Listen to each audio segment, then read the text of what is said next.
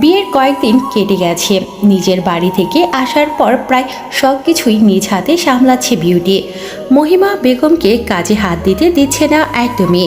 Beauty এখন ধীরে ধীরে নতুন সংসারের সঙ্গে মানিয়ে নেওয়ার চেষ্টা করছে।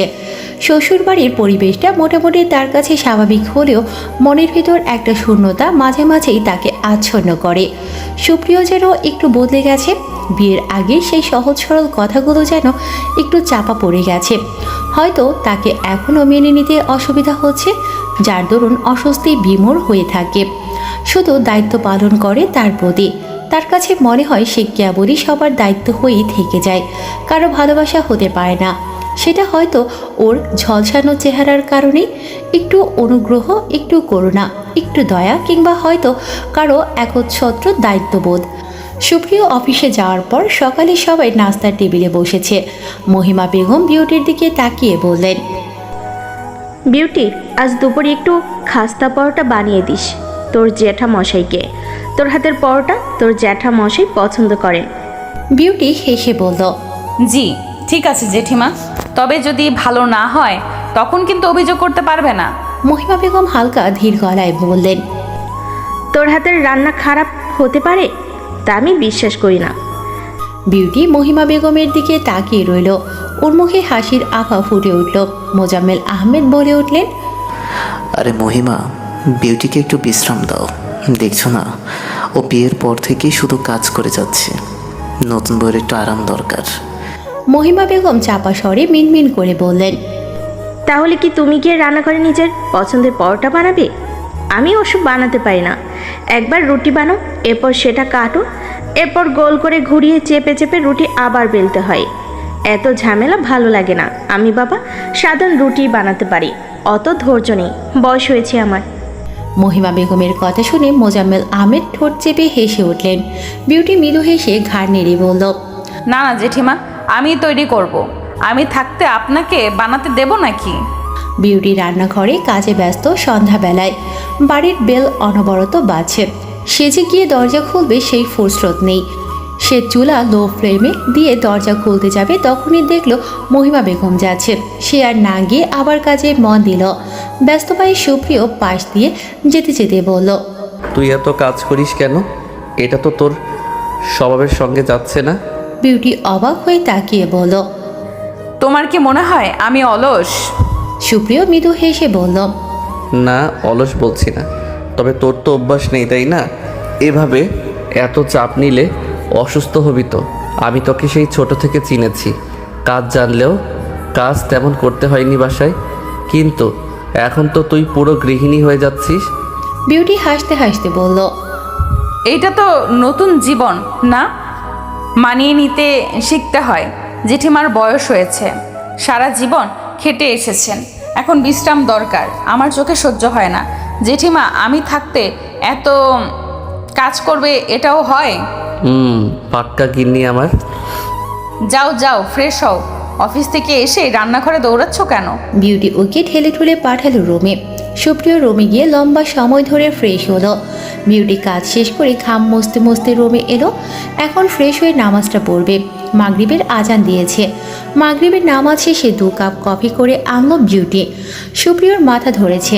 ও কপালে হাত ঠেকিয়ে বসেছিল। কফি খাও, মাথা ধরা কমবে। তুই বুঝলি কিভাবে আমার মাথা ধরেছে?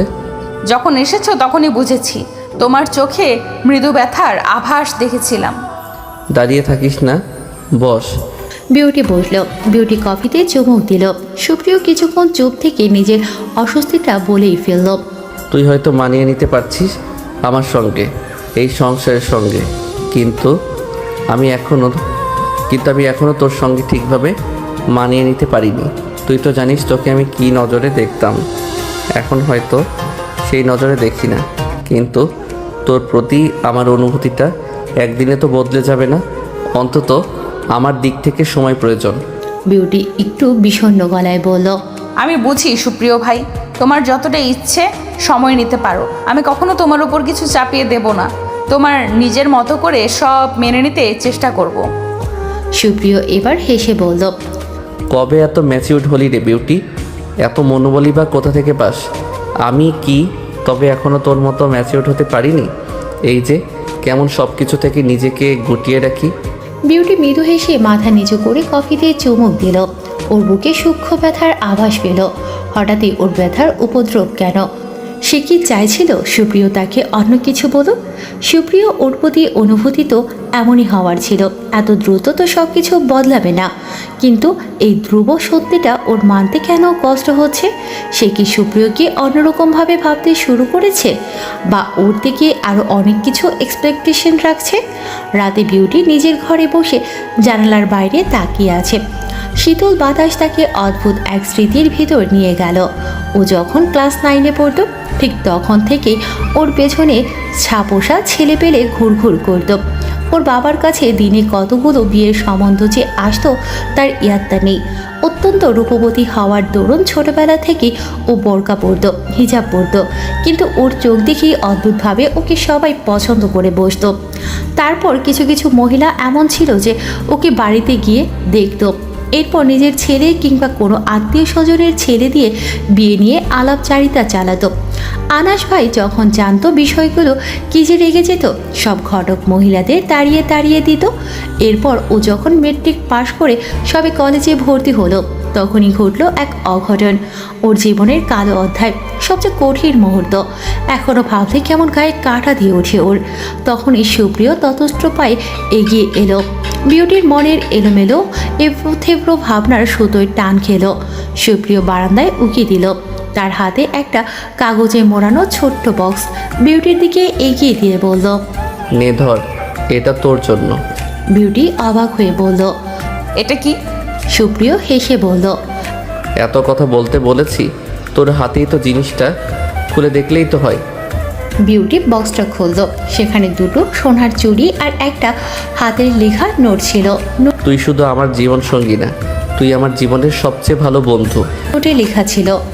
বিউটির চোখ ছলছল করে উঠল। সে বলল, তুমি হঠাৎ গিফট কেন আনলে? সুপ্রিয় মৃদু হাসল। বিউটির পাশের দোলনায় বসলো। ওর গায়ের সঙ্গে বিউটির গা ঘেঁষে বসাটা বিউটির লক্ষ্য করে খানিক সংকীর্ণ হয়ে সরে বসলো। সুপ্রিয় জানালা থেকে আকাশের দিকে তাকিয়ে বলল, বিয়ের পর তো তোকে কিছুই দিতে পারিনি।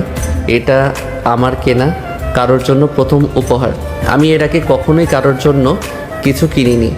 এটা শুধু একটা উপহার না, এটা আমার জন্য অনেক কিছু। এই উপহারটা কখনো হাতছাড়া করিস না বিউটি। তুমি এত কষ্ট করলে কেন? এত দামি বালা তোমায় কিনতে বলেছিলাম আমি? তোর পছন্দ না হলে বল, ফেলে দেব। বিউটি তড়াক করে উঠে দাঁড়ালো। বালাজোড়া হাতে নিয়ে দেখলো ডিজাইনটা বেশ সুন্দর। সুপ্রিয়র পছন্দ আছে বেশ।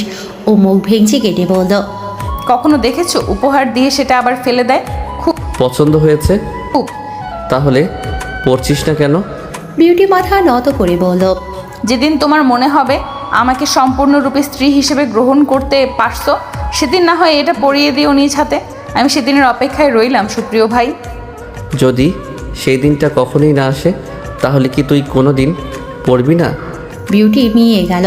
কিছু না বলে রুমে গেল। যেতে যেতে মিনমিন করে বলল, সেদিনটা খুব শীঘ্রই আসুক সুপ্রিয় ভাই, খুব শীঘ্রই আসুক। তখনই মহিমা বেগম রুমে এলেন। বিউটির হাতের বক্সটা ড্রয়ারে রাখলো। মহিমা বেগম বক্সটা রাখতে দেখলেন আর চোখে। সুপ্রিয় ততক্ষণই রুমে এসেছে। মহিমা বেগম বললেন, খেতায় সুপ্রিয়, যাচ্ছি মা। বিউটি আয়। কাল সকাল সকাল বেরোতে হবে। সুপ্রিয়, অফিসে কল করে 7 দিনের ছুটি নিয়ে নে। হঠাৎই ছুটি কেন মা? এমন সময় আমাকে ছুটি দিবে? খুব টাফ হবে আমার জন্য। অত কিছু জানি না আমি। তোর নানা নানি তাদের নাতিন বউকে দেখবে, একেবারে মরিয়া হয়ে গেছে। মা, অসম্ভব এখন। বিউটি এক করে দাঁড়িয়ে বলল, দেখো না তোমার বসকে বলে ব্যবস্থা করতে পারো কি না? তুই জানিস না বিউটি, বস কী পরিমাণ করা। জীবনেও ওই চিমসা বস ছুটি দেবে না আমায়। বহুত বদমাস বস আমার। এমন খাইস্টা লোক আমি জীবনেও দেখিনি। বিউটি চিমসা শব্দ শুনে ফিক করে হেসে ফেলল। মহিমা বেগম ওর হাসির দিকে তাকিয়ে বিড়বিড় করতে লাগলেন, আজকালকার মেয়ে ছেলের লাজ লজ্জা নেই। জেঠিমার দিকে তাকিয়ে বিউটি মিয়ে গেল পরক্ষণই। সুপ্রিয়কে বলল, জেঠিমাকে বলো ছুটি নেবে, গ্রামে যাব। সুপ্রিয় ওর পিড়াপিড়িতে রাজি হলো। মাকে জানালো ওরা গ্রামে যাবে। মহিমা বেগম বিউটির হাতের বক্সটার কথা মাথায় ঘুরতে লাগলো। কই, তাকে তো কখনোই সুপ্রিয় গিফট দেয়নি, অথচ বউ বাড়ি আসতে না আসতেই তার জন্য লুকিয়ে চুরিয়ে গিফট আনছে। তাহলে ওই কথাই রইলো, তোমরা তৈরি হয়ে থাকো। তোমরা যাবে না মা? না, আমরা এখন যেতে পারবো না। মহিমা বেগম কথা শেষ করে প্রস্থান করলেন। সবাইকে বিদায় জানিয়ে বিউটি আর সুপ্রিয় রওনা হলো গ্রামের বাড়ি। গন্তব্য সুপ্রিয়র নানা নানির বাড়ি। সুপ্রিয় গাড়িতে বসে নিজের চুলগুলো ব্রাশ করে নিচ্ছিল হাত দিয়ে। বিউটি গাড়িতে উঠে বসতে গিয়ে থমকে দাঁড়ালো। পা কেমন অসাড় হয়ে আসছে অজানা অনুভূতিতে। সুপ্রিয়র দিকে তাকালো ও আরও সূক্ষ্মভাবে। হালকা sky blue check check shirt পরেছে সুপ্রিয়। মাঝে মধ্যে চুল ঠিক করার পাশাপাশি ও শেষ বাজাচ্ছিল। বিউটি ওর প্রতিটি কার্যকলাপ পর্যবেক্ষণ করছিল। ওর লাল খয়েরি ঠোঁটের মাঝে সামান্য ভাঁজ আসে, থুতনিতে তিল, কালো কুচকুচে আইব্রো, ঘন পল্লব বিশিষ্ট আইলেশ। আশ্চর্য, মেয়েদের থেকেও গভীর লোকটার চোখ। সবশেষে আবারও ওর দৃষ্টি আটকালো সুপ্রিয়র ঠোঁটে। ধনকুবের ওর দৃষ্টি আটকে রইল সুপ্রিয়র নজর কাড়া লাল খয়েরি ঠোঁটে। বিউটি আগে কখনোই এভাবে সুপ্রিয়কে দেখেনি। এক মুহূর্তে ওর গলা শুকিয়ে গেল, এক মুহূর্তে জন্য ওর হার্ট মিস হয়ে গেল যেন। বুকের বাঁ পাশে ওর স্পন্দন ক্রমান্বয়ে বেড়ে চলেছে। এ কেমন অদ্ভুত অনুভূতি! 21 বছরে ওর সঙ্গে এমন কখনোই হয়নি। এই সুন্দর সুদর্শন যুবকটা ওর স্বামী ভাবতেই মনের মধ্যে নিষিদ্ধ কিছু বাসনা জাগলো মুহূর্তের মধ্যেই। শুকনো ঠোঁটজোড়া ভিজিয়ে এক ধ্যানে তাকিয়েছিল ও সুপ্রিয়র সুন্দর মুখপানে। ওর দৃষ্টিতে বিভ্রম মুগ্ধতা। তমধ্যে সুপ্রিয় এক রাম ধমকে ওর সম্ভিত ফিরল। বিপাকে পড়ে নিজের চক্ষু সরিয়ে এলোমেলোভাবে চোখের পলক ফেলতে লাগলো। কি দেখিস ওভাবে? আমার কি রূপ বেরিয়েছে? আগে দেখিসনি আমাকে? সত্যি আগে দেখিনি আপনাকে। এমন ড্যাশিং কেন আপনি? চকলেটের মতো চেখে দেখতে ইচ্ছে করে আমার। অমন সুন্দর ঠোঁট কেন হবে একটা পুরুষ মানুষের? হাঁ করে দাঁড়িয়ে না থেকে গাড়িতে উঠে বস। বিউটি তৎক্ষণাৎ জবাব দিতে পারল না, মনে মনে বলল। কালো মেকআপের আড়ালে বিউটির মুখাবয়ব দেখল না সুপ্রিয়, যার দরুন বিউটির গতিবিধি বুঝতে সক্ষম হয়নি। গাড়িতে উঠেও বিমূর্ত হয়ে বসে রইল বিউটি, একদম আটসাট হয়ে। কিছুক্ষণ পূর্বেও কি ভেবেছিল, ছিছি ও তো এমন ধরনের মেয়ে না, তাহলে এমন বাসনা কেন মনের মধ্যে উকি দিচ্ছিল। নিজেকে বেশ কিছুক্ষণ শাসালো। পরক্ষণেই মনে পড়ল যাকে নিয়ে ওর এসব ভাবনা মনের মধ্যে মাথা চাড়া দিয়ে উঠেছে সে তার স্বামী, ওর একান্তই ব্যক্তিগত পুরুষ।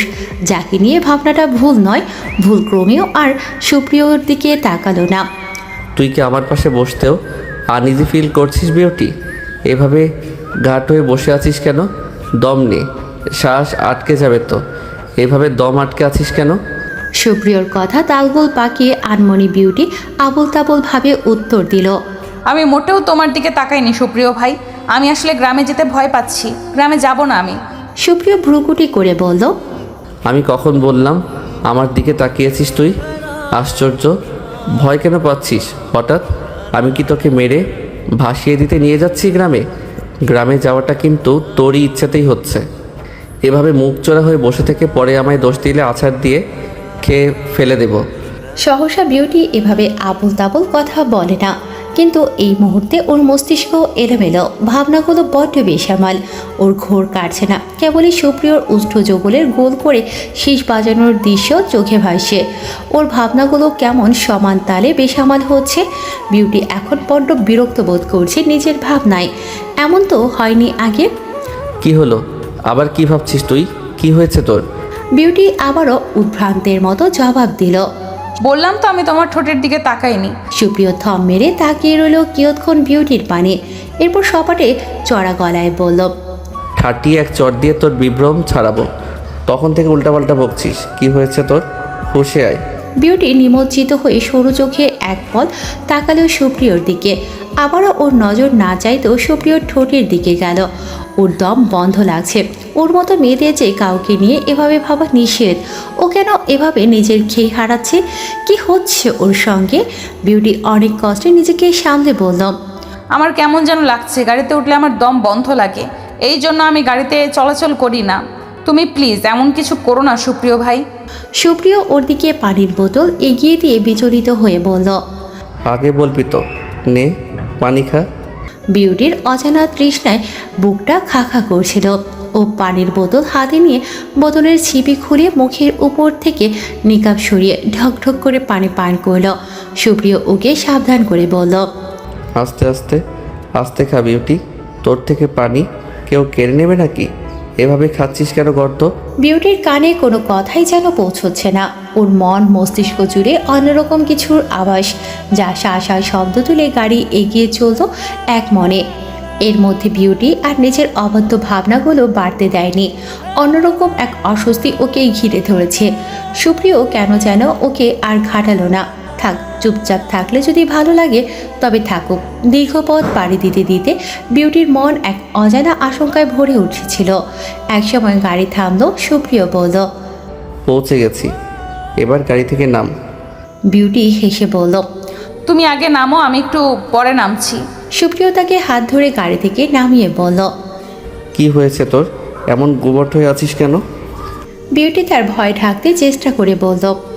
কিছু না, নতুন জায়গা তো তাই একটু অস্বস্তি লাগছে। সুপ্রিয়র মামাতো দু বোন বাড়ির আঙিনায় আগে থেকেই দাঁড়িয়েছিল। একজনের নাম মুক্তা, অপরজনের নাম রিক্তা। তাদের মুখে ছিল নতুন বউ দেখার কৌতূহল। রিক্তা মুক্তার হাত চেপে বলছিল।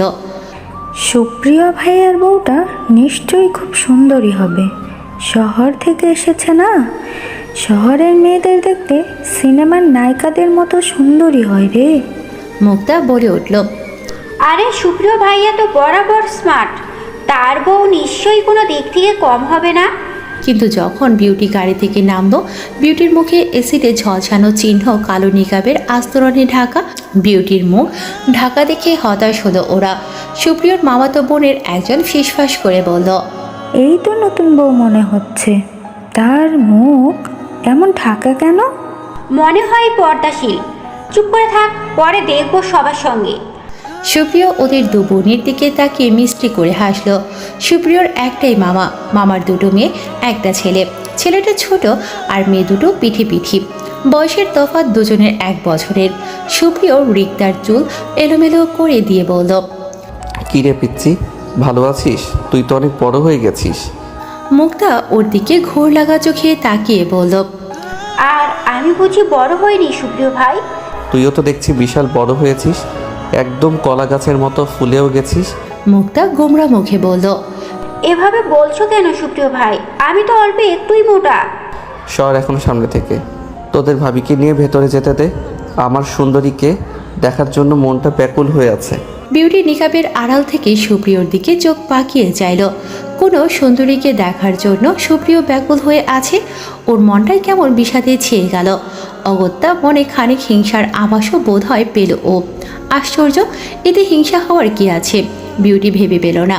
বিউটি সলজ্জ পায়ে হেঁটে যাচ্ছে সুপ্রিয়র পথ অনুসরণ করে। ওর মন্থর গতিতে হাঁটা দেখে সুপ্রিয় পেছনে ফিরে এসে ওর হাত চেপে ধরল। সর্বাঙ্গে ঝংকার দিয়ে ওঠার মতো অনুভূতি হলো ওর।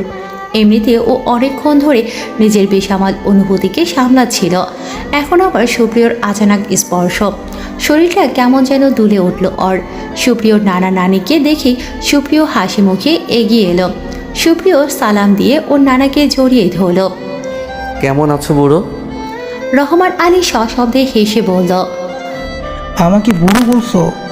এখনো অনেক বেশি ইয়াং আমি, একদম তরতাজা। এখনো একখানা কচি বউ পাবার যোগ্যতা রাখি আমি।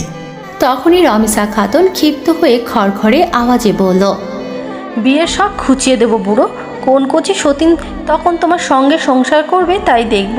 বিউটি তাজ্জবনে ঠায় দাঁড়িয়ে ওদের কাণ্ড দেখছে। রমিসা বিউটিকে লক্ষ্য করতেই সহসা বিউটি সালাম করল বৃদ্ধাকে। রমিসা সালাম দিয়ে বললেন। তোমার চাঁদপানা মুখখানি দেখাও নাতবো, দেখে চোখখানি জুড়াই আমার। আমার বউকে তো এমনি এমনি দেখাবো না সুন্দরী, আগে হাদিয়া তারপর বউ দেখা। একটা দ্বিধাবোধ থেকে বিউটি নিজের নিকাবটা সরাতে পারছে না, অথচ রমিসা খাতুন কতই না আশা নিয়ে তাকিয়ে আছে ওর দিকে। রমিসা খাতুন বোধ করি বিউটির সংকোচ বুঝতে পারলেন। বিউটির ব্যাপারে মেয়ে মহিমার কাছ থেকে শুনেছেন, তাই বিজ্ঞদের মতো করে অত্যন্ত কোমল আদুরে মাখানো গলায় রমিসা খাতুন মিষ্টি হেসে বললেন। আমাকে মুখ দেখাতে সংকোচ কিসের নাতবো? আমি জানি না কিভাবে তোকে বলবো বা সান্ত্বনা বাণী শোনাবো, তবে একটা কথা বলতে পারি, আমার নাতি যদি কোনো পুণ্য করে থাকে সেটা তোকে বিয়ে করেই করেছে। তাই আমার সামনে মুখ দেখাতেই গিয়ে কুকড়ে থাকিস না। আমিও তো একটা নারী, আমি তোকে অবহেলা করব এমনটা কেন ভাবছিস? বিউটি অবাক হয়ে তাকালো। ওর চোখে সামান্য অশ্রু জমেছে। বিউটি নিজেকে ভীষণভাবে শক্ত রাখতে পারে। নিজের দুর্বলতা দেখানোটা ওর কাছে বড্ড বোকামো। সে নিকাব উঠালো মুখ থেকে। রমিশা খাতুন একটু চমকালেন না দেখে বিউটি অবাক হলো। যার পরনায় অবাক হয়ে ও বৃদ্ধার দিকে তাকালো, বলল, আপনি জানতেন আমার চেহারা এমন? মাথা নাড়ালেন রমিশা খাতুন, যার অর্থ হ্যাঁ। তিনি সুরেলা কণ্ঠে বললেন, সোননাথ বউ, ওই যে চাঁদ দেখছিস না, আকাশের ওই চাঁদের তো কলঙ্ক আছে। তুই হলি সেই চাঁদ। চাঁদের একটু আধটু কলঙ্ক বিশেষ। একদমই মনে এমন চিন্তা আনিস না যে তোকে আমি মিথ্যা বলছি আর বানভাসী কথায় ভোলাচ্ছি।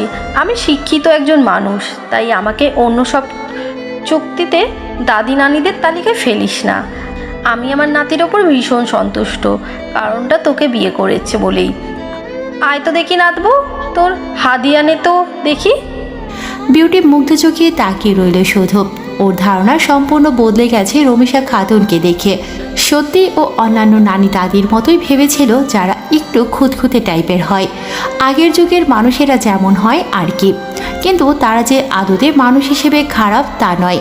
কিন্তু রমিশা খাতুনের কথা ও সুন্দর ব্যবহার আর মুখের বচনভঙ্গি দেখেও সত্যি ও মন্ত্রমুগ্ধের ন্যায় তাকিয়ে থাকে। ততক্ষণে রমিশা খাতুন নিজের হাত থেকে সোনার মোটা বালা দুটো খুলে বিউটির হাতে পরাতে পরাতে বললেন, একটাই নাতি আমার, আমি ঠিক করে রেখেছিলাম যে ওর বউকে আমি আমার এই সোনার বালাগুলো দিব। এইগুলো আমার বিয়ের আমার শ্বশুর আমাকে গড়িয়ে দিয়েছিল। দেখতে পছন্দ, দেখ তো পছন্দ হয়। যদিও ডিজাইনটা সেকেলে, কিন্তু শ্বশুরমশাই দিয়েছেন বলে এটা আমার অনেক পছন্দের, বুঝলি? রহমান আলীর মিষ্টি মুখে বললেন, ওরে, তুমি তো সোনার বালা দিলে, এবারে আমি কি দিই বলো তো? বিউটি বাকরুদ্ধ হয়ে তাকিয়ে আছে কেবলই সবার দিকে।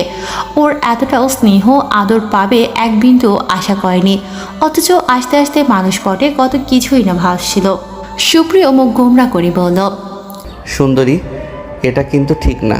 বিউটি যদি নতুন বউ হিসেবে গিফট পায় তবে আমি কেন পাবো না কিছু? আমিও তো নতুন বিয়ে করেছি, সেই হিসেবে আমিও নতুন বউয়ের পাশাপাশি নতুন বর। এ কেমন অবিচার? রহমান আলী আর রমিশা হেসে ফেললেন। তন্মধ্যে সুপ্রিয়ার মামাতো দু বোন এসে দাঁড়ালো। ওরা ওর মাকেই ডাকতে গিয়েছিল নিজেদের ঘরে। সুপ্রিয়ারা আসবে শুনিয়ে সুপ্রিয়র মামা রমিজ উদ্দিন বাজারে গেছেন, সঙ্গে ছেলে মারুফকে সঙ্গে নিয়েছেন, যেন আসার সময় ব্যাগ ভর্তি বাজার বই আনতে অসুবিধে না হয়। মুখটা অবাক হয়ে নিজের মুখ হাত দিয়ে বলল, ও মা গো, ভাবির মুখের এক পাশে এমন কেন? রিক্তা বলল, আরে সিনেমায় দেখিস না, অ্যাসিড মারলে এমন হয়। মনে তো হয় অ্যাসিডেই এরকম হয়েছে। সুপ্রিয়র মামি ওদের দু বোনকে ঠেলে সরিয়ে দিয়ে বিউটির মুখ নিজের হাতে ঘুরিয়ে দেখলেন, চমকে বললেন, একই দশা, এমন রাজপুত্রের মতো ছেলেটার বউ এমন বিশ্রী চেহারা, এও সম্ভব মানা? বিউটি জানত এমন কথার বান আসবেই, সেজন্যই আগে থেকেই ও তৈরি ছিল। ওকে ঘিরে যে এমন কথা হবে তা ও আগে থেকে তা টের পাচ্ছিল বই কি, এটা নতুন কিছু নয়। সে ওদিক থেকে দৃষ্টি সরিয়ে তার নেওয়ায় শ্রেয় মনে করল। রমিশা খাতুন বিরক্ত হয়ে বললেন, কি সমস্যা সাহেলা? এইটা কি ধরনের ব্যবহার আমার নাত বউর সঙ্গে? আমি এতটা মেনে নেব না। মা, আপনারে তো আমি আগেও বলেছিলাম আমার মুক্তার লগে সুপ্রিয়র বিয়েটা দেন। একবার চাইয়া দেখে ওদের দুজনের চেহারাটা মিলিয়ে দেখেন। আমার মাইয়া বহু গুণে সুন্দরী সুপ্রিয়র বউয়ের চাইতে। আমার তো আফসোস হচ্ছে, ছেলেটা এমন বিশ্রী চেহারা মাইয়ার সঙ্গে আজীবন কেমনে কাটাইব। রহমান আলী এবারে থমকে উঠলেন, ছেলের বউকে উদ্দেশ্য করে বললেন, এত কথা তো আমার পছন্দ হচ্ছে না। যার বউ তার যদি কোনো সমস্যা না থাকে, তবে তোমার এত কথা কিসের? তোমার এই হুলসল স্বভাব পছন্দ না আমার। আপনি যাই বলেন আব্বা, পুরুষ মানুষ সারাদিন খেটে খুটে আসে, ঘরে এসে সুন্দর একখানা মুখ দেখতে না পারলে কি মন মেজাজ ভালো থাকে? সারাদিনের কাজ করে তিক্ততা তো এমন চেহারা দেখলে তত্তর করে আরও বাড়বে।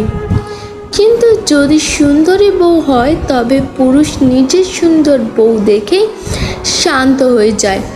মন ভালো করার ওষুধ তো হয় ঘরের বউ, সেখানে এমন। ব্যাস মামি, অনেক দিন পরে এসেছি বলে অনেকক্ষণ থেকে তোমার আজে বাজে কথা শুনছিলাম। আমি কোনোভাবেই চাচ্ছিলাম না তোমার সঙ্গে দু চারটে কথা বলে মনোমালিন্য হোক, কিন্তু তুমি একেবারে লিমিট ক্রস করে ফেলেছো। আরেকটা বাজে কথা যদি আমার বউকে নিয়ে বলো তবে ভুলে যাব তুমি সম্পর্কে আমার মামি। সালেহা বললেন, আমি তো তোর ভালো চিন্তা করেই বললাম। কি দেখে বিয়ে করলি তুই তোর এই চাচাতো বোনকে? এভাবে এমন একটা মেয়ে তোর গলায় ঝোলালো কিভাবে তোর চাচা? সুপ্রিয়র মেজাজ বেশ ভালোভাবেই হারিয়েছে, তাই ছোট বড় কাউকে সে তোয়াক্কা করল না, ক্ষুদ্র গলায় বলল, আমার স্ত্রীকে নিয়ে আর একটাও কথা হলে এক্ষুনি আমরা এই বাড়ি থেকে বেরিয়ে যাব নানু। আমি না হয় থামলাম, কিন্তু গ্রামের মানুষ যখন নতুন বউ দেখতে আসবে তখন সবার কথার তোপে পিষ্ট করবে, তখন কি বলবে? আর কোনো কথা হওয়ার আগেই রহমান আলী ধমকে ওদের ঘরে যেতে বললেন। সবাই যাওয়ার আগে সুপ্রিয় সবাইকে উপেক্ষা করে বিউটির হাত ধরে ভেতরের ঘরে নিয়ে গেল। রমিশা খাতুন বিরক্ত হয়ে ছেলের বউকে শাসিয়ে সুপ্রিয়র জন্য বরাদ্দকৃত রুমের দিকে পা বাড়ালেন। সুপ্রিয়র নানা বাড়িটা বেশ বড়, বংশ পরম্পরায় রহমান আলীর বাবার সব সম্পত্তি অনেক। এই বাড়িটার বয়স 25 বছরের বেশি। সুপ্রিয়র জন্মের 6 বছর পর এই বাড়িটা করা হয়। সুপ্রিয় যখনই নানু বাড়ি মায়ের সঙ্গে আসতো সারা বাড়ি দাপিয়ে বেড়াতো, অথচ বড় হওয়ার সঙ্গে সঙ্গে সুপ্রিয় হয়ে গেছে একদম আলাদা গোছের। ওর চঞ্চলতা হারিয়ে একদম শান্ত বাচ্চা হয়ে যায়। পড়াশোনায় বেজায় ব্যস্ত হয়ে খেলাধুলা সব বন্ধ করে দিয়েছিল এক অজানা কারণেই, যেটা এখনো অবধি সুপ্রিয় কাউকেই বলেনি। বিউটি বোরখার নিকাব খুলতে খুলতে বলল, মামি কিন্তু ভুল কিছু বলেননি সুপ্রিয় ভাই। এক চরে দাঁত ফেলে দিব। তুই কি বুঝিস এসবের? ওনার কোনো রাইট নেই আমার ব্যক্তিগত বিষয় নিয়ে হস্তক্ষেপ করার। এখন কি উনি ঠিক করবেন আমি কাকে বিয়ে করব না করব? বিয়েটা যেভাবেই হোক তুই আমার স্ত্রী, তাই তোকে কেউ আঘাত করতে এলে তার সর্বপ্রথম আমাকে টপকাতে হবে। বিউটি চেঞ্জ করে ওড়না পেঁচিয়ে নিজের চুল ঢেকে ফেলল। কিছু বলার জন্য মুখ খুলবে তখনই রমিশা খাতুন হাতে শরবত নিয়ে ঢুকলেন। সুপ্রিয় নানু ভাই, তুই আর তোর বউ যে আসবি সেটা তো আমরা স্বপ্নেও ভাবিনি। আমি ভীষণ খুশি হয়েছি। বিউটি আর কিছু না বলে সামান্য জোর করে সামান্য হাসল। নানি তার হাসি মাখা মুখ ছুঁয়ে আদর করলেন, এরপর মাথায় হাত রেখে বললেন, তোর মুখ এত মলিন কেন নাদবো? নতুন বউয়ের মুখে তো সবসময় হাসি থাকবে। ওসব কথা মনে রাখিস না, বুঝলি? আচ্ছা, পরে বকে দিয়েছি। বিউটির খারাপ লাগা বাড়ল। এ বাড়িতে আসতে না আসতেই এক দফা ঝামেলা হলো। ওর জন্য মামি কতগুলো কথা শুনল, ভাবতেই একটা দীর্ঘশ্বাস ফেলল। রমিশা খাতুন মস্করা করে বললেন, আমার নাতিকে তোকে খুশি করতে পারে নাই? ও কি অক্ষম নাকি? এমন শুকনো কেন তুই? বিয়ের পর তো মাইয়া মানুষ মোটা হয়, যেমন আমি হয়েছিলাম। খুব খুব করে কেসে উঠল সুপ্রিয়। শেষ কথা শুনে রহমান আলীও কাশলেন। বুড়ো বয়সে এসে এসব কি শুনতে হচ্ছে? তিনি বললেন, রমেশা কি শুরু করলো? আরে রমেশা কি শুরু করলা? নাতি আমার কাশিতে কাশিতে শেষ হয়ে যাবে। বিউটির লজ্জায় পারলে মাটিতে মিশে যাবে। সুপ্রিয় তড়িঘড়ি করে ঘর থেকে বেরিয়ে গেলে রমিশা হেসে ফেললেন। নাতি আমার বড়ই লাজুক।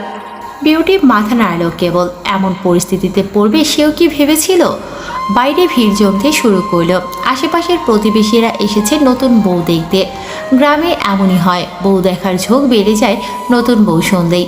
একজন বলল, নতুন বউ দেখতে এলাম। রমিশা খাতুন বললেন, এসো এসো সব। সবাই বিউটিকে ঘিরে ধরল। সুপ্রিয় তখন রহমান আলীর সঙ্গে খোশ মেজাজে গল্প করতে ব্যস্ত। বিশাল গাছ বাগানে টং পাতা হয়েছে, সুন্দর হিমেল বাতাস বইছে। সুন্দর বাতাসে আরামে সুপ্রিয় বারবার চোখ বন্ধ করে নিচ্ছে।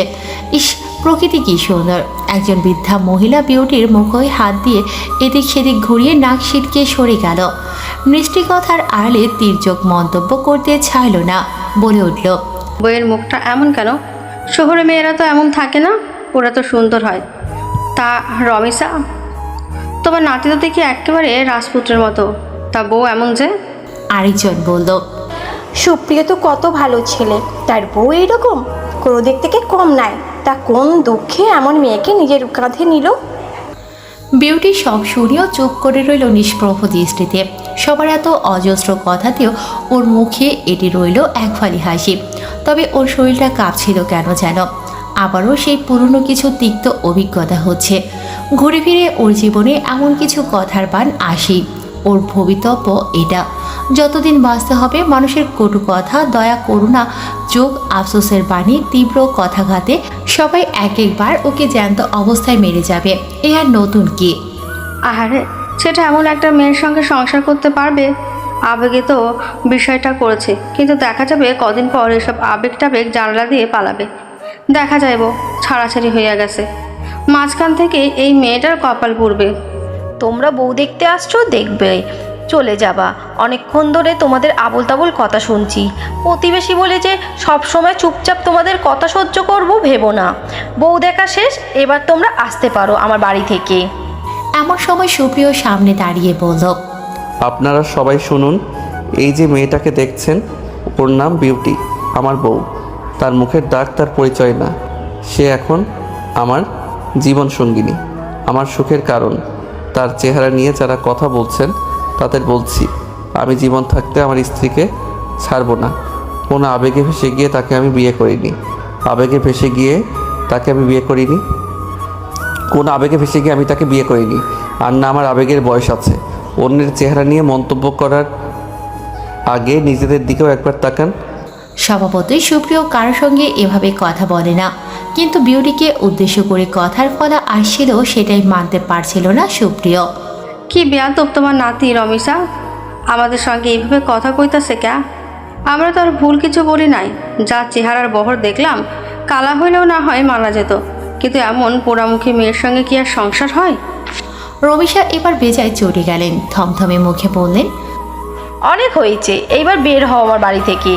জীবনে আর এবারের মুখও হবে না তোমরা। তোমরা আমার প্রতিবেশী ভাবতেই ঘেন্না লাগছে। তোমাদের মন মানসিকতা এত দুর্ভিক্ষ ছি। রাগান্বিত রমিশা খাতুনকে রেগে যেতে দেখে সবাই চুপ হয়ে গেল। কেউ কিছু বলার সাহস পেল না। গ্রামের লোকজন ছিছিক করতে করতে বেরিয়ে গেল। পুরোটা সময় বিউটি ছিল নিস্তব্ধ, নীরব। ওর এখন ঠিক কীরকম প্রতিক্রিয়া দেখানো উচিত তা বুঝতে পারছে না। সুপ্রিয় দু হাতের আজলায় ওর মুখ ধরে বলল, আমরা যদি কালই ফিরে যাই, তুই কি রাগ করবি বিউটি? আমার এসব কথা শুনে অভ্যাস আছে। আমি গ্রামে 7 দিনে থাকবো। ওসব কথা কিছুতেই আমার আনন্দে ভাটা ফেলতে পারবে না সুপ্রিয় ভাই। তাছাড়া আপনি আছেন তো, আপনি থাকতে বোধহয় আমাকে আর কেউ কিছু বলার সাহস দেখাবে না। রাতে খাওয়া দাওয়ার পর বিউটি সুপ্রিয়র কাছে গিয়ে বলল, তুমি আমাকে এত সম্মান কেন করো সুপ্রিয় ভাই? সবাই তো আমাকে অপমান করছিল, তুমি চুপ থাকলেই পারতে। এখন সবার কাছে তুমি বাজে প্রবণিত হলে। সুপ্রিয় মৃদু হেসে বলল, তুই আমার স্ত্রী, তোর সম্মান রক্ষা আমার দায়িত্ব। তুই কিভাবে ভাবলি আমি চুপ থাকবো? বিউটির চোখ ভিজে গেল। সে বলল, এই গুরু দায়িত্বটা পালন করতে করতে যদি হাঁপিয়ে যাও কখনো? সেই দিনটা কখনোই না আসুক যখন আমি হাঁপিয়ে যাব। আমি দায়িত্ব পালনে অপরাগ নই, বরং যথাযথভাবে দায়িত্ব পালন করাই আমার কাজ। আমি তোমার কাছে শুধুই দায়িত্ব, তাই না সুপ্রিয় ভাই? সুপ্রিয় কিছু না বলে ওর মাথায় একটা টোকা দিল। তিরিক্ষি স্বরে বলল, সব সময় মাথায় আজে বাজে চিন্তা, তাই না? ঘুমা, কাল সকালে গ্রামে একটা চক্কর কাটবো।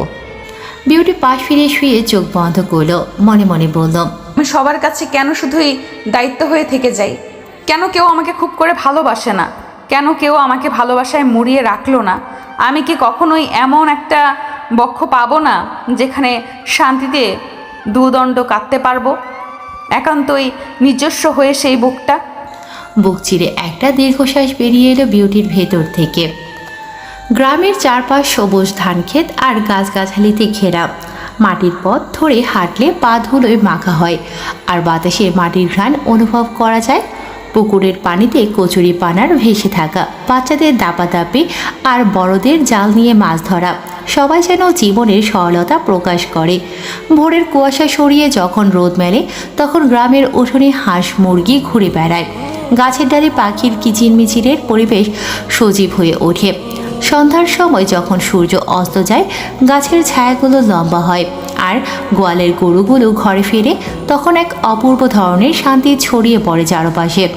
গ্রামের রাতও বিশেষ, শহরের কোলাহলহীন অন্ধকারে জাগ জাগ জোনাকি পোকা জ্বলে ওঠে, আকাশে অসংখ্য তারা দেখা যায়। গ্রামের মানুষের সরল হাসি, শস্য ক্ষেতের সরলতা আর পরিবেশের প্রাকৃতিক ছন্দ যেন এক স্বপ্নের দুনিয়া। বিউটি ঘুম থেকে উঠে দেখলো জানালা দিয়ে সোনালি রোদ ঢুকে পড়েছে। সে ধীরে ধীরে বিছানা ছাড়ল। সুপ্রিয় ইতিমধ্যেই উঠে গেছে, তাকে বারান্দায় দেখা গেল, হাত পা প্রসারিত করে গ্রামের মিষ্টি বাতাস নিচ্ছে। তার পরনে ব্লু চেকের লুঙ্গি, পোলো টি শার্ট। প্রথম সুপ্রিয়কে বিউটি লুঙ্গি পরতে দেখল। তুমি এত সকালে উঠলে আজ হঠাৎ? গ্রামের সকালের মতো সুন্দর কিছু কি শহরে পাওয়া যায়? চল, তুইও তৈরি হ, আজ সকালটা হাঁটতে বের হব। বিউটি একটু অবাক হয়ে বলল, তুই কখনো তো সকালে হাঁটতে যাওনি, আজ কেন? সুপ্রিয় মৃদু হেসে বলল, কারণ আজ তুই আছিস, তোর সাথে গ্রামটাকে নতুন করে দেখতে ইচ্ছে করছে। ঢং করো না সুপ্রিয় ভাই। ঢং করছি না, আগে তো কখনো গ্রামে আসিসনি, দেখবি কেমন অনুভূতি হয়। মাটির স্যাদো গন্ধ, নতুন ফসলের গন্ধ, সব কিছুতেই কেমন প্রাকৃতিক একটা গন্ধ যা হৃদয় ছুঁয়ে যাবে। বিউটি ক্ষীণ সংকোচে বলল, তুমি এটা পরে যাবে? কি? এই যে লুঙ্গি। তো না মানে তুমি তো আগে লুঙ্গি পরোনি। গ্রামে আসলে আমি লুঙ্গি পরি, লুঙ্গি পরা যে কতটা আরামের না পরলে বোঝা যায় না। প্রত্যেকটা ছেলে জানে লুঙ্গি পরার কি মজা। বিউটি ঠোঁট চেপে হেসে বলল, ঘুমের মধ্যে লুঙ্গি ছুটে গেলে? টাইট করে বাঁধা ছুটবে না। সুপ্রিয় গর্ব করে বলল, বিউটির কেমন লজ্জা লজ্জা লাগছে, তবে সুপ্রিয়কে বেশ লাগছে এভাবে। লম্বা চওড়া মানুষ, মেদহীন পেট, পেশিবহুল পুরুষালী হাত, বেশ আকর্ষণীয়। কেন এত আকর্ষণ লাগছে বিউটির?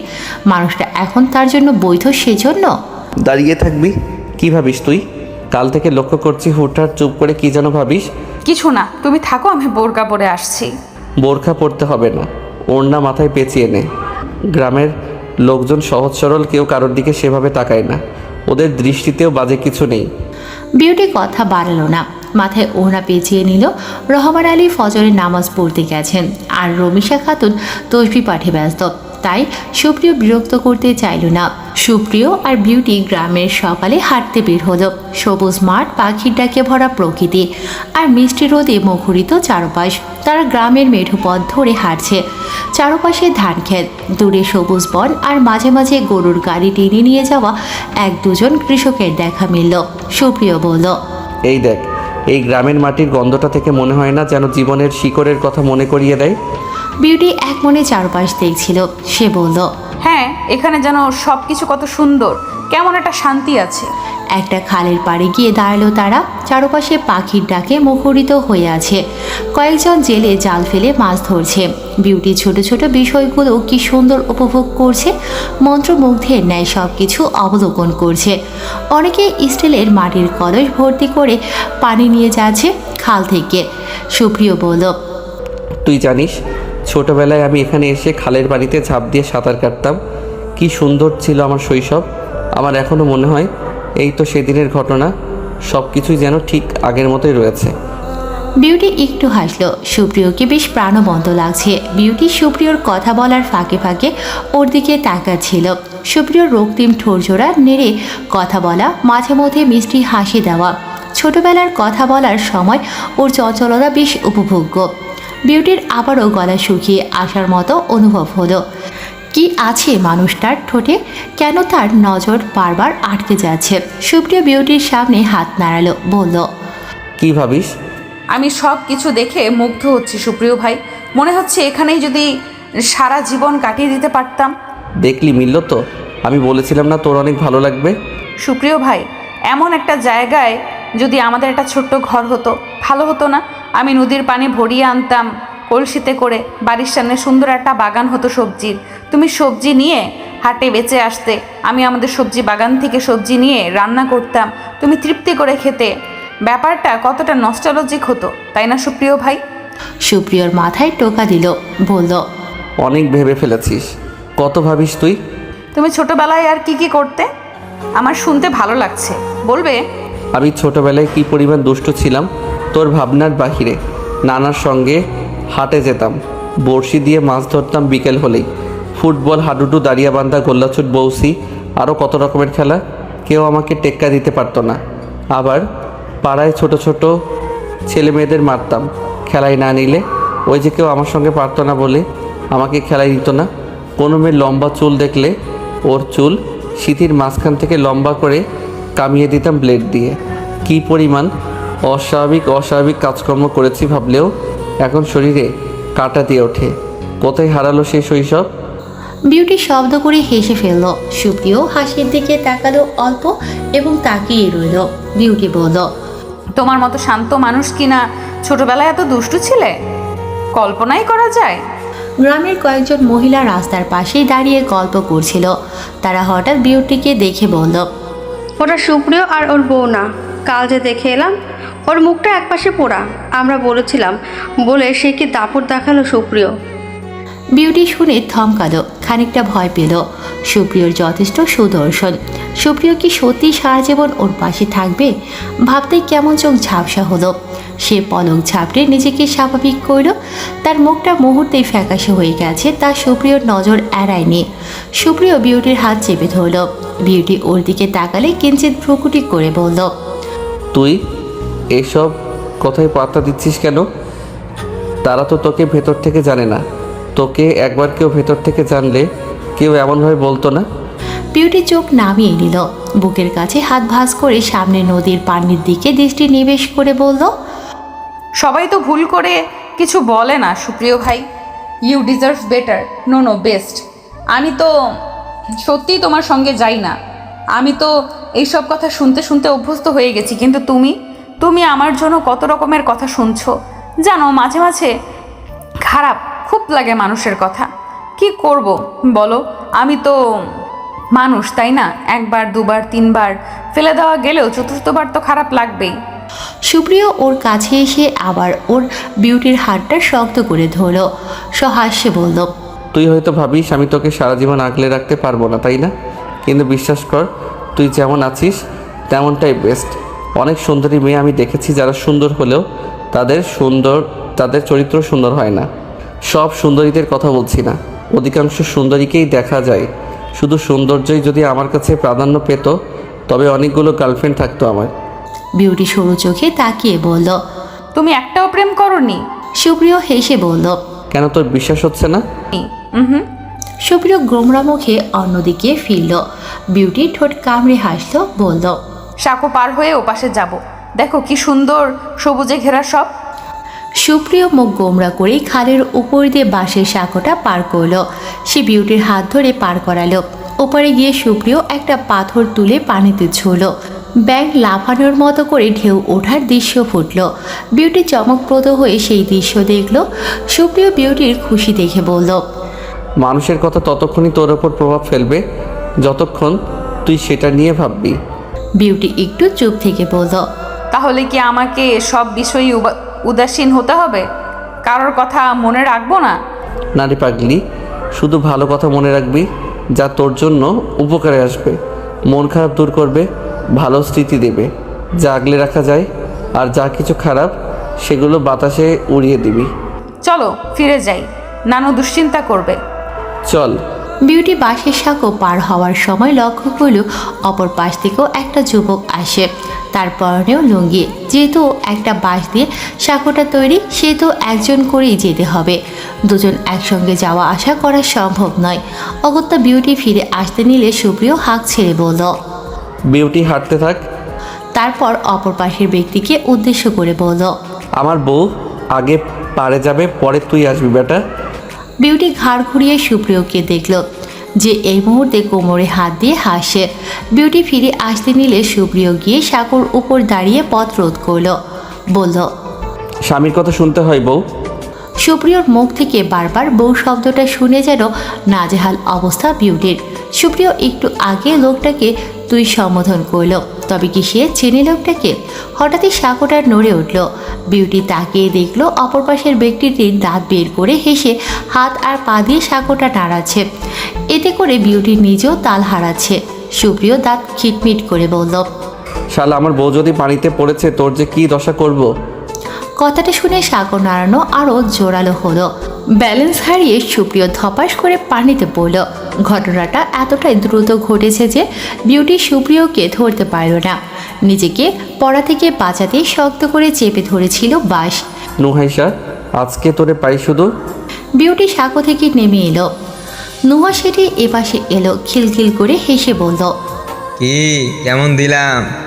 কথা ছিল বিয়ের দাওয়াত দিবি, কিন্তু একা একা বিয়ে করে বসে আছিস, এটা তোর শাস্তি। বিউটি তাজ্জব বনে খানিক দাঁড়িয়ে থেকে বলল, উঠে এসো সুপ্রিয় ভাই, ঠান্ডা লাগবে তো। উঠতে পারবো না। ওমা, কেন? বলা যাবে না। বলবে তুমি?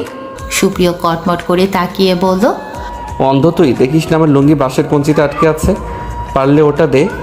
নুহাস বিউটির পাশে দাঁড়িয়ে হো হো করে হেসে যাচ্ছে। বিউটি কিং কর্তব্য বিমূঢ় হয়ে একবার ঝুলে থাকা লুঙ্গি তো আরেকবার সুপ্রিয়র দিকে তাকাচ্ছে। সুপ্রিয়র কথা মতো বিউটি লুঙ্গি ছাড়াতে গিয়ে ঘটল আরেক বিপত্তি। কঞ্চির সঙ্গে এমনভাবে লুঙ্গিটা আটকেছে যে একটু অসাবধানতা আর বেকায়দায় পড়ে বিউটিও ধপাস করে পানিতে পড়ে গেল।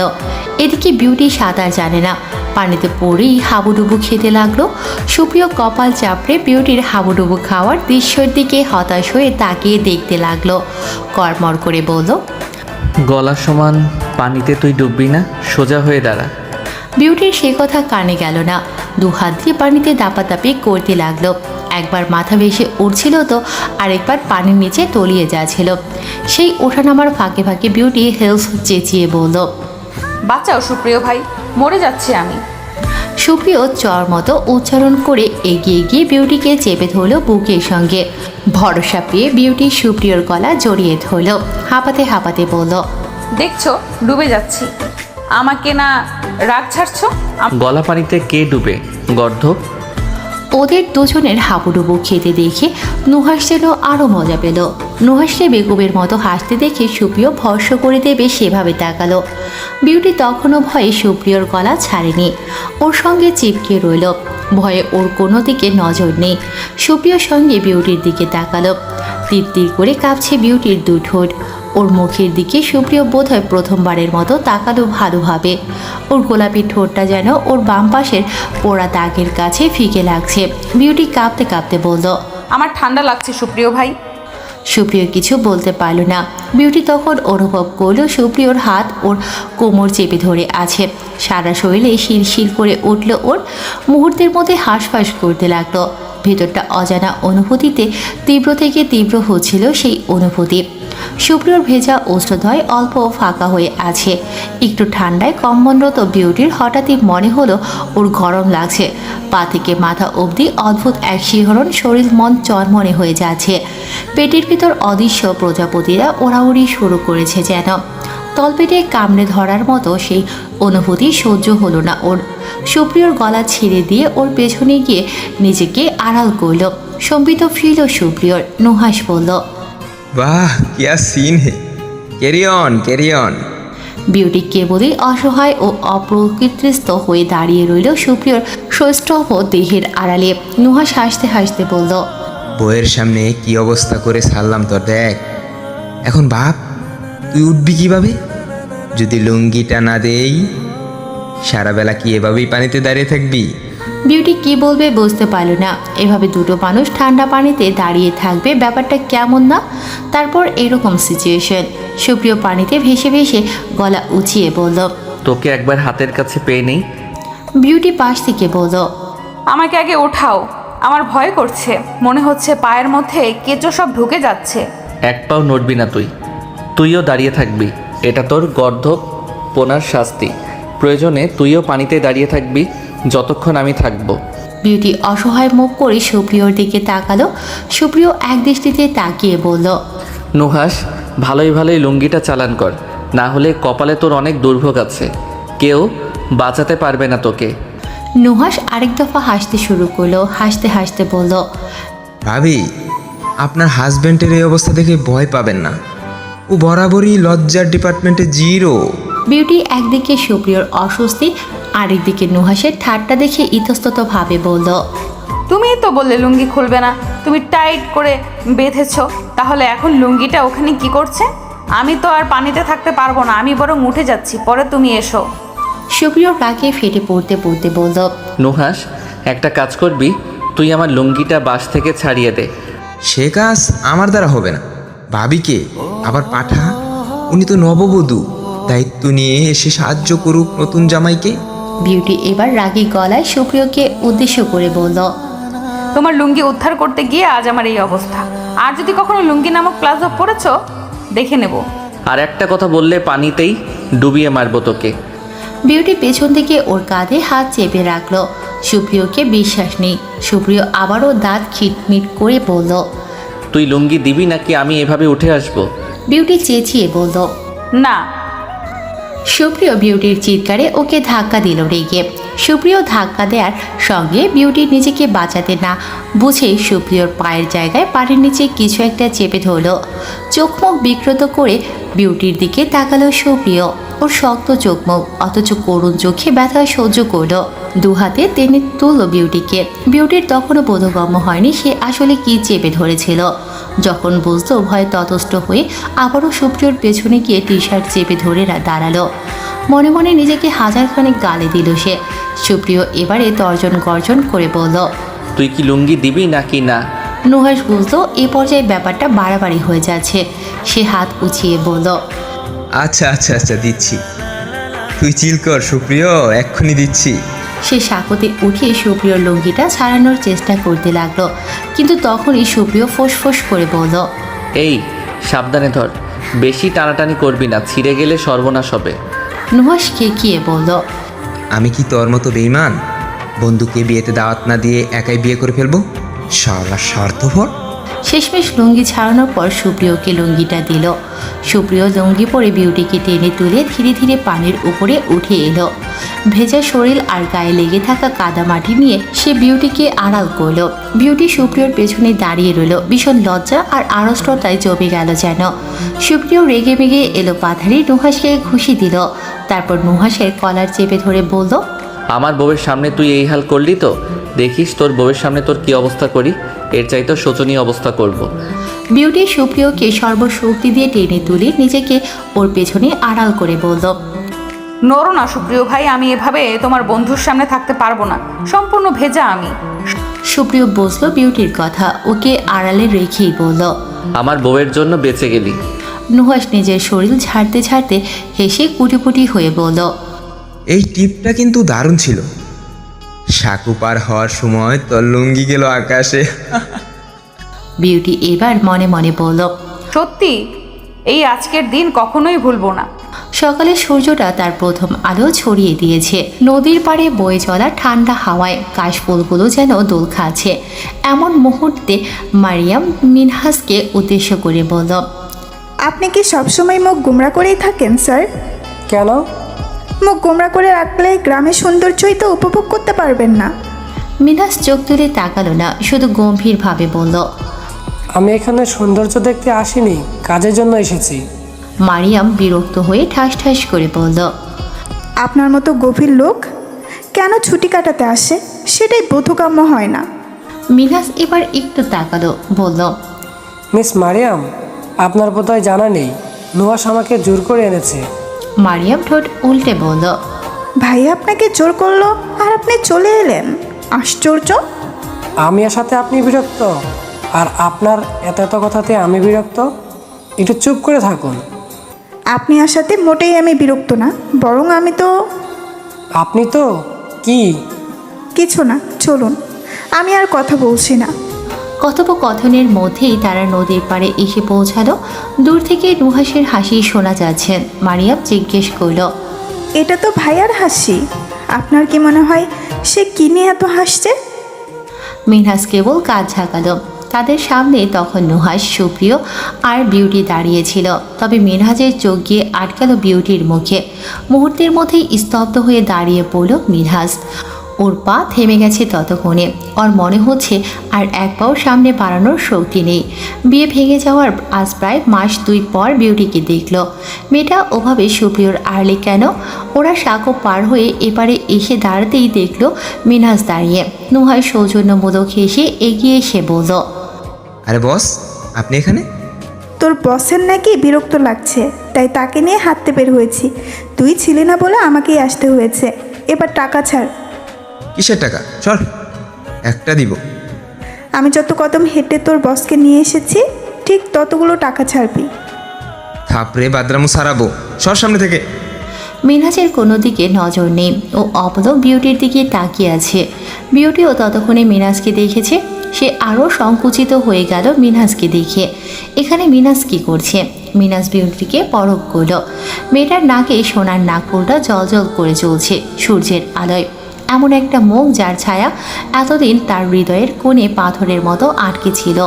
তার হাত পা অবশ হয়ে এলো। তার মনে হলো সে ভুল জায়গায় এসেছে। বস, আপনার আসতে কষ্ট হয়নি তো? না। কাট কাট কণ্ঠে জবাব দিল মিনহাজ। মিনহাজের আনমনে দেওয়া জবাবে নুহাস মিষ্টি করে হাসল। মিনহাজ ধাতস্থ হতে না হতেই খেয়াল করল বিউটির পায়ের অংশ ভেজা। সূক্ষ্মভাবে পরখ করতেই কিছু একটা আঁচ করে নিজের পরনের কোট খুলে সামনে এগিয়ে দিল। তীক্ষ্ণ কণ্ঠে বলল, এটা গায়ে জড়িয়ে নিন আরনাজ।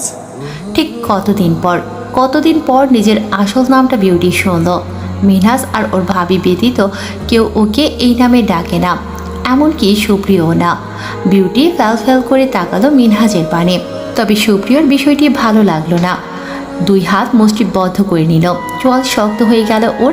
বিউটি নিজের কথা ভেবে কোটটা হাতে নিল। গায়ে জড়াতে জড়াতে ভাবল, লোকটা আমাকে ভালোভাবে না দেখে বুঝে ফেললো আমার শরীর ভেজা। পরক্ষণে সুপ্রিয় নিজেকে সামনে বলল, আপনি এই গ্রামে? মিনহাজের গলা ভারী হয়ে গেল। কেবল বলল, এই তো একটু বেড়াতে আসা। সুপ্রিয় তার স্বাভাবিক ভঙ্গিতে হাসি দিয়ে বলল, ও আচ্ছা। নুহাস বলল, আপনারা একে অপরকে চিনেন বস? মিনহাজ মাথা নেড়ে হ্যাঁ বোঝালো। বিউটি গার্ড হয়ে সুপ্রিয়র পেছন দিকে বেরিয়ে এলো। সুপ্রিয়র মুখের চেহারা মুহূর্তে গম্ভীর হয়ে গেল। তার চোখে যেন অদৃশ্য বিদ্যুৎ খেলা করছে। বিউটি জিভা দিয়ে ঠোঁট ভিজিয়ে নিজেকে স্বাভাবিক করতে চাইল। ছোট করে বলল, কোটটার জন্য ধন্যবাদ, বাসায় গিয়ে এটা পাঠিয়ে দেব। মিনহাজ হালকা হাসল। সুপ্রিয়র সেই হাসি যেন সহ্য হলো না।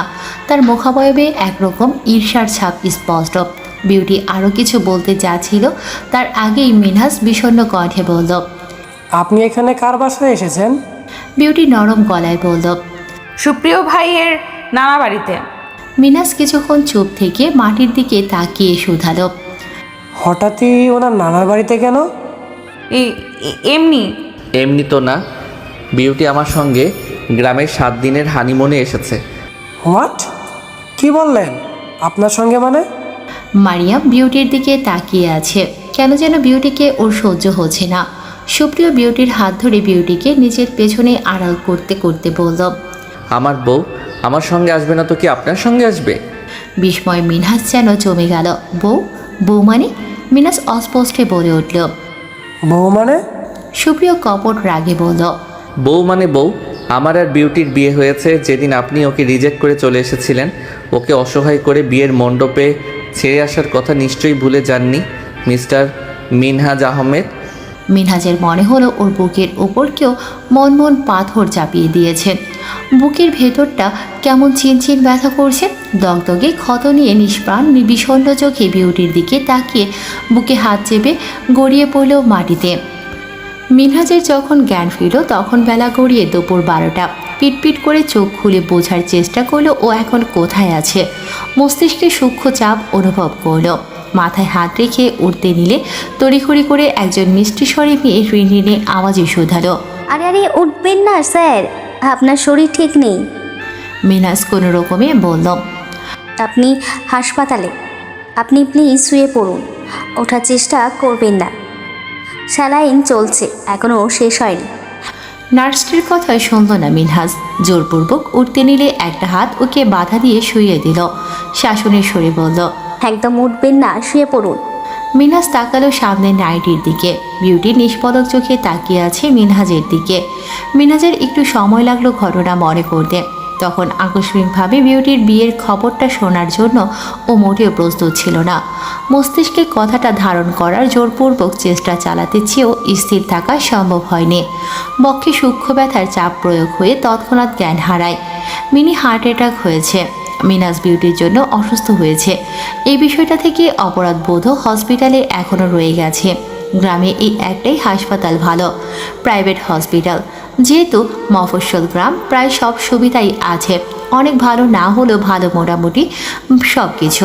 সুপ্রিয় বিউটির মুখ দেখিয়ে তখনই বলেছিল, তুই কি যেতে চাস মিনহাজের সঙ্গে? বিউটি শুধু সুপ্রিয়র দিকে অশ্রুসিক্ত নয়নি তাকায়। সে তাকানোর সঙ্গে সঙ্গে বুঝে ফেলে সুপ্রিয় বিউটি কি চাইছে। তৎক্ষণাৎ মিনহাজের সঙ্গে ওরাও হসপিটাল চলে আসে। আর জ্ঞান ফিরতেই বিউটি প্রথমে আসে দেখা করতে। নুহাস আর মারিয়াম বাইরে অপেক্ষা করছে, আর সুপ্রিয় দাঁড়িয়ে নখ কাটছে। ওর ভেতরে আটকে রাখা দম যেন একেবারে বন্ধ হয়ে যাবে। হাঁসফাঁস করছে রীতিমতো সে। এই অস্থিরতা কেন তা সুপ্রিয় একদমই বুঝতে পারছে না তা নয়, একটা অজানা ভয় ভেতরে জেগে বসেছে। ভয়টা বিউটিকে ঘিরে। বিউটি কিছু বলবে তার পূর্বেই মারিয়াম এলো দরজা ঠেলে। কিছুটা বিরক্তি নিয়ে বলল, আপনি বাইরে যান, আপনার স্বামী অপেক্ষা করছে বাড়ি যাবে বলে। বিউটি তাকালো মারিয়ামের দিকে। শ্যামলা ছিমছাম গরনের একটা মেয়ে, ভীষণ স্নিগ্ধ এক মুখাবয়ব। এই মুহূর্তে মেয়েটার বিরক্ত ভরা মুখটাও যেন জ্যোতি ছড়াচ্ছে। দেখতে ভালো লাগছে ওকে। বিউটি মিনহাজের উদ্দেশ্যে বলল,